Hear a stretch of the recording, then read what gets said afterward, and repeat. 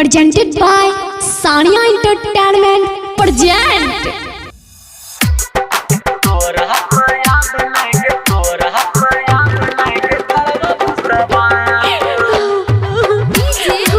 producer by Kundan Babu Mirpur studio Satish नगर चौक पसराहा।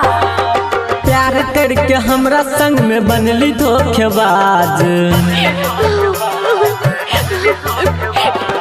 प्यार करके हमरा संग में बनली धोखेबाज। प्यार करके हमरा संग में बनली धोखेबाज।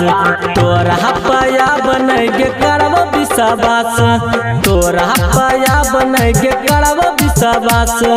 प्यार करके हमरा संग में बनली धोखेबाज। तोरा पाया बनैगे करब विश्वास।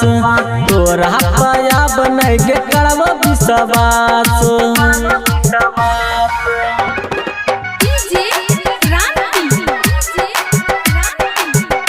mixed by Bittu Yadav producer by Kundan Babu Mirpur अपना समझ के छोड़ी दिलियो तोरा दिल गे। तैयो बदल गेली पर लहने पील गे। अपना समझ के छोड़ी दिलियो तोरा दिल गे। तैयो बदल गेली पर लहने पील गे। हमरा छोरी बुझे रही तू न से बाज। तोरा पाया बनैगे करब विश्वास।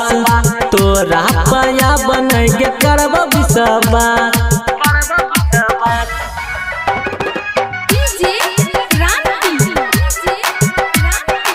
माँ चंडिका रिकॉर्डिंग स्टूडियो सतीश नगर चौक पसराहा।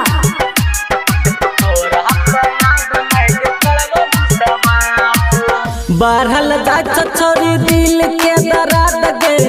लगल न लाज खोजल दोसर मरद गे। बढ़ल जात छोरी दिल के दर्द गे। लगल न लाज खोजल दोसर मरद गे। लक्ष्मण रंग हिला कौन लगल लाज। तोरा पाया बनैगे करब विश्वास। तोरा पाया बनैगे करब विश्वास।